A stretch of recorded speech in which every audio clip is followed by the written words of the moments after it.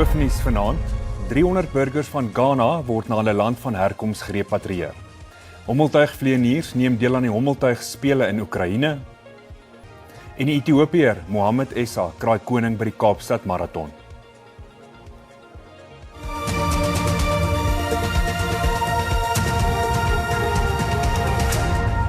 Goeienaand en baie welkom by die nuus in Afrikaans. 300 burgers van Ghana het by die Ghanese Hoë Kommissie in Pretoria opgedaag vir registrasie om uit vrye wil na hulle tuisland gerepatrieer te word.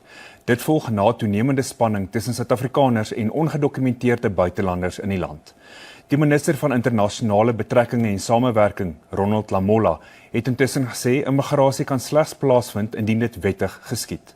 Lamola het gepraat tydens die 3de dag van die Suider-Afrikaanse Ontwikkelingsgemeenskap se buitelandse ministers samekoms by die Kreerwiltuin in Mpumalanga. Die eerste fase van die vrywillige repatriasie sal kwesbare groepe prioritiseer, insluitend vroue, kinders en bejaardes. Nagenoeg 300 burgers sal na verwagting die week gerepatrieer word. Once you are in a country and there are challenges like this, you feel unwelcome. And I think that is why government wants to come in and say, look, if you are not welcome here, come back home because you are a citizen of Ghana and will be able to reintegrate you into the society.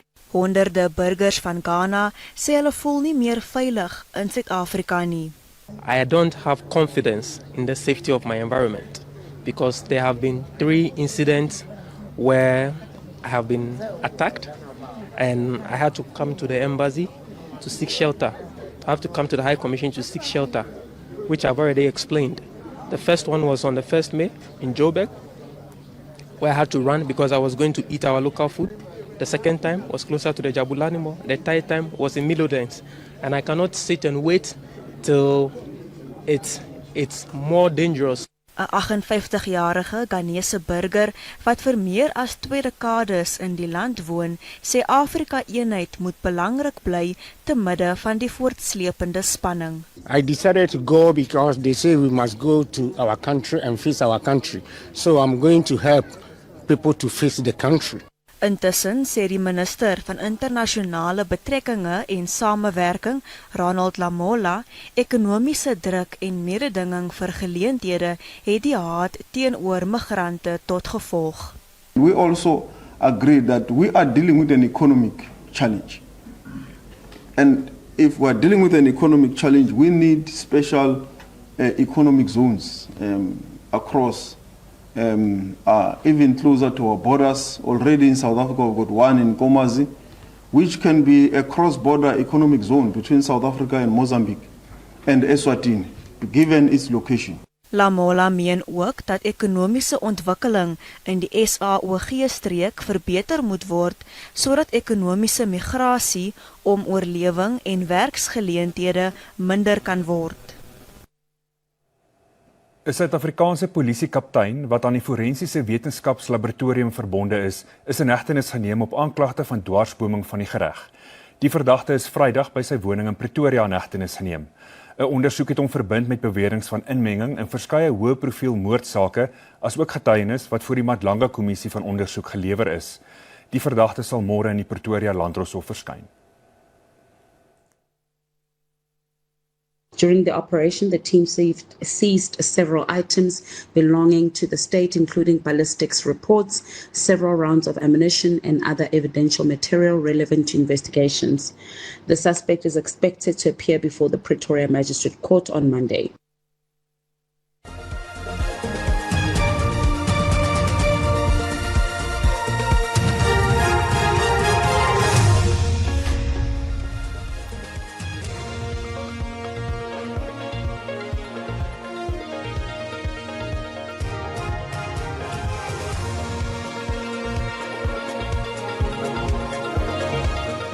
In die Ugandese hoofstad Kampala bevestig die owerheid dat Ebola-gevalle in die land gestyg het tot 5. Die 3 nuwe besmettings sluit iemand in wat tussen Uganda en die DRK gereis het en iemand wat kontak gehad het met die eerste Ugandese geval. Intussen sê die DRK se gesondheidsminister dat gevegte in die ooste van sy land Ebola-bestryding belemmer. Dele van die land is onbegaanbaar vir medisy en monsters van die nuwe Bundibugyo variant kan boonop slegs in die hoofstad Kinshasa ontleed word. Die geraamde dodetal van die huidige Ebola-uitbreking het gestyg tot 186. In Angeles stad in die Filippyne die reddingsoperasies voort om meer as 20 persone te red wat onder die puin van 'n gebou wat ineengestort het vasgekeer is. Volgens die plaaslike brandweerdiens is 24 persone reeds gered en geen sterftes is dusver aangemeld nie. Die oorsaak van die ineenstorting word ondersoek. Beampte sê egter 'n swembad is op die 10de vloer geïnstalleer terwyl die struktuur as 'n hotel met 9 verdiepings goedgekeur is. Minstens 4 mense is dood en meer as 80 beseer na een van die grootste Russiese aanvalle op Oekraïne nog. Tientalle geboue en skole is beskadig. Volgens Oekraïne het Rusland 'n Oreshnik hipersoniese missiel op Kiev afgevuur tydens die lugaanval. Die Oreshnik missiel kan duisende kilometers af lê en met 'n kernpunt toegerus word. Verskeie wêreldleiers het die aanval veroordeel. Afrika Dag word môre herdenk en Randwater moet opknappingswerk doen. Dis net hierna.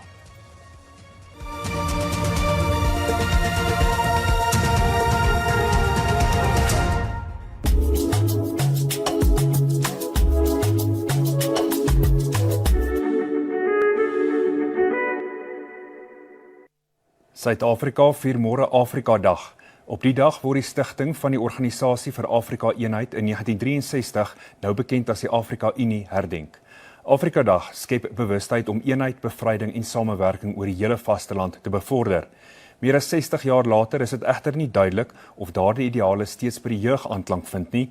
Te midde van stygende werkloosheid, armoede en ongelykheid, sowel as toenemende xenofobiese aanvalle en groeiende nasionalisme, is baie jong Suid-Afrikaners verdeeld oor wat dit beteken om 'n Afrikaan te wees. South Africa has always been and will continue to be part of the continent. Its future is tied up economically, politically, socially in what happens with its neighbors. It seeks to create a better future for everyone, and that means accepting, as we do with South Africans, that it's a diverse country. It's a country of fluidity and change. Some of that's positive, some of it's not. And I think we have to condemn at all levels the kind of explicit and implicit hate speech, the kind of scapegoating that we see from political leaders from the ground up. And until we start doing that, people will continue to use that language. People will continue to divide the South African population and continue to divide South Africa from the rest of the continent for their own political or economic gain. Oud-president Thabo Mbeki sê werkloosheid en misdaad in Suid-Afrika is kommerwekkend. Hy waarsku egter dit is misleidend om buitelandse burgers vir die land se ekonomiese uitdaging te blameer. Mbeki het dit gesê by die 16de Thabo Mbeki jaarlikse lesing in Kaapstad. Professor Fayemi from Nigeria. And he made a very important point. He said in 1969, Ghana did the same thing about Nigerians in Ghana and said, we don't want these undocumented nationals, and they attacked them, people ran away. Nigeria retaliated 10 years later, 1979 and 1981, and drove away the Ghanaians, and he said it solved nothing. He says what is happening in South Africa is not new on the continent. And our experience on the continent says these things that we did in Ghana, these things we did in Nigeria, which you are repeating here, didn't solve anything. They drive us against this unity which we need. Daar sal tussen 29 Mei en 17 Julie wateronderbrekings in sekere woongebiede in Gauteng wees. Dit is weens beplande instandhoudingswerk wat deur Randwater gedoen word. Die woordvoerder van die Waterraad, Makanosi Maru, sê water sal met watertankwaans aan inwoners voorsien word. Maru sê die instandhoudingswerk sal in fases gebeur en watervoorsiening sal nie in geheel afgesny word nie. Die instandhoudingswerk by die Palmiet en Suikerbos stelsels sluit onder meer in opgradering aan pompe, klepvervangings, verskoning en werk aan pyplyne wat die betroubaarheid van Gauteng se watervoorsieningsstelsel sal verbeter. It's very essential for rainwater to undertake a critical maintenance. I mean, we have purification plants, we have booster stations, so we need to alternate and do maintenance. Every year there will be maintenance. We will communicate, we'll put contingency measures in place. Die Solplaatjie munisipaliteit het by artikel 139(1b) ingryping verwerp wat die Noord-Kaapse LER vir Samewerkende Regering, Menslike Nedersettings en Tradisionele Sake, Bentley Wes, ingestel het. Die Solplaatjie munisipale bestuurder eis dat die administrateurs wat verlede week aangestel is, onmiddellik onttrek word. Lede van die munisipale vakbond, SAMWU, het intussen begin staak ter ondersteuning van die munisipale bestuurder. Dit het dienslewering in Kimberley tot stilstand gebring. SAMWU eis dat die artikel 139(1b) ingryping binne 3 dae opgehef word. Hulle waarsku van verdere diensleweringsonwrigtings indien die besluit nie omgekeer word nie. Pogings om reaksie van SAMWU te kry was onsuksesvol. Die Solplaatjie munisipale bestuurder Tapelo Matlala hou voor dat die artikel 139(1b) besluit gebrekkig is. Hy dreig met regstappe om die besluit tersyde te laat stel. If the court says that the MEC is right with regard to Section 139, we must respect that outcome of the court. But also, if the court says the MEC was wrong, which I'm confident that the court will rule in the favor of the municipality, there are grave procedural steps that the MEC did not follow. Intussen is die Noord-Kaapse Sakekamer diep bekommerd oor die stand van sake by die munisipaliteit. Ons sê kort en kragtig, Solplaatjie, premier se kantoor, wie ever. Kry julle dinge agter mekaar, kry julle huis in orde, dat Kimberley die dorp kan wees wat ons moet wees. Ons is die hoofstad van die Noord-Kaap. Maak dit so dat ons kan trots wees op die hoofstad. Volgens plaaslike regeringskenners bestaan wijkkomitees in baie munisipaliteite nie. Dit laat gemeenskapslede buite die besluitnemingsprosesse in baie munisipaliteite. That's why at the most basic level you've got a ward councillor and you've got a ward committee. But even that is highly politicized. And so you are in a situation where in some municipalities there's a culture of chaos. Intussen gaan die munisipaliteit volgende Vrydag weer hof toe om die artikel 139(1b) besluit tersyde te laat stel. Keith Suister, SAIK nuus, Kimberley. Bly by ons vir die sportnuus, dis net hierna.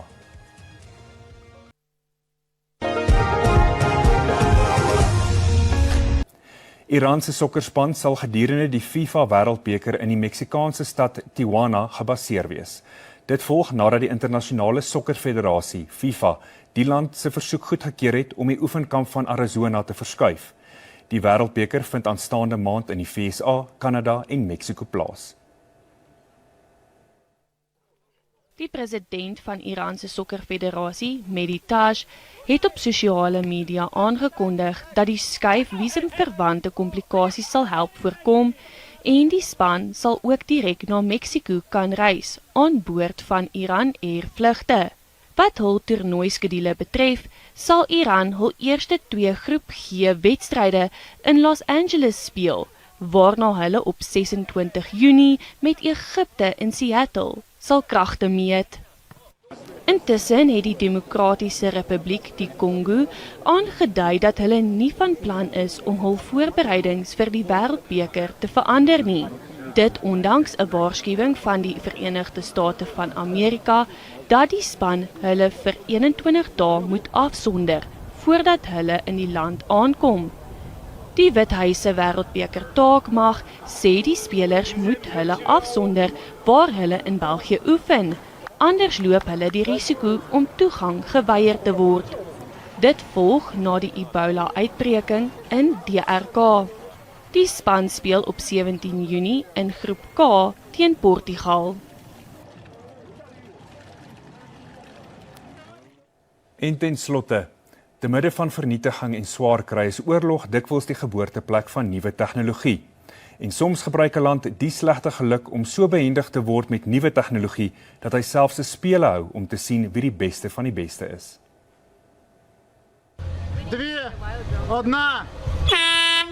Talle kenners het in 2022 voorspel dat Oekraïne slegs weke lank sal staande bly na die Russiese inval. Die oorlog was 'n ware Dawid en Goliat geval met die Russiese weermag wat in Februarie 2022 meer as 4 keer groter was as Oekraïne se. 4 jaar en 3 maande later staan Oekraïne steeds en hy het homself in die proses omgeskep in 'n hommeltuigkoning. By die hommeltuigspele is operateurs van die Oekraïense weermag se 19 beste hommeltuigeenhede byeen om kragte te meet.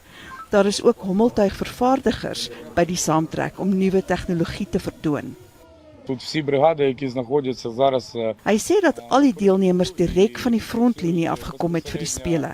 Hy sê dit is 'n waardevolle geleentheid om idees uit te ruil, te leer van mekaar en nuwe tegnologie te leer ken. Oekraïne het so goed geword met aanvalshommeltuie dat hy die aard van moderne oorlog onherroepelik verander het. Die Amerikaanse gewapende magte het tot hulle skade in Iran agtergekom hoe goedkoop hommeltuie duur missiele kan opgebruik. Samewerking is die sleutel tot die Oekraïense proses om die stelsels te bou. Hy sê die vervaardigers maak die hommeltuie en sit hulle aan mekaar, terwyl die operateurs aandui wat hulle nodig het, met watter soort beheerfrekwensies, lasvermoë en operasionele afstand. Hy sê sodoende word 'n hommeltuig voortdurend verbeter en kan binne 3 maande soveel gewysig word dat hy onherkenbaar is.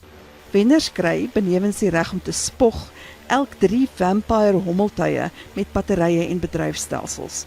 En natuurlik kan hulle die wete in hulle agterkoppe dra dat hulle meer as een land se kwota suurlemoene in stroopsoet limonade verander het. Dis hier waar die Afrikaanse redaksie moet groet en ons is terug dieselfde tyd, selfde plek môre aand. Mag jy 'n mooi nuwe week hê. Totsiens.